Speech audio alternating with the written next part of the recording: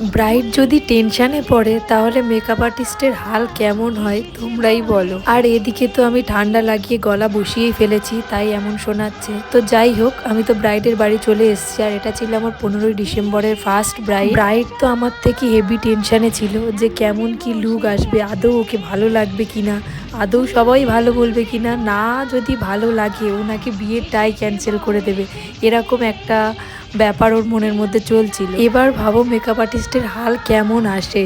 মানে এটা শোনার পর মেকআপ আর্টিস্ট আরও ভালো করে করবে না খারাপ করে করবে আমি জানি না। যাই হোক, লাস্ট অবধি এটাই ছিল ফাইনাল লুক।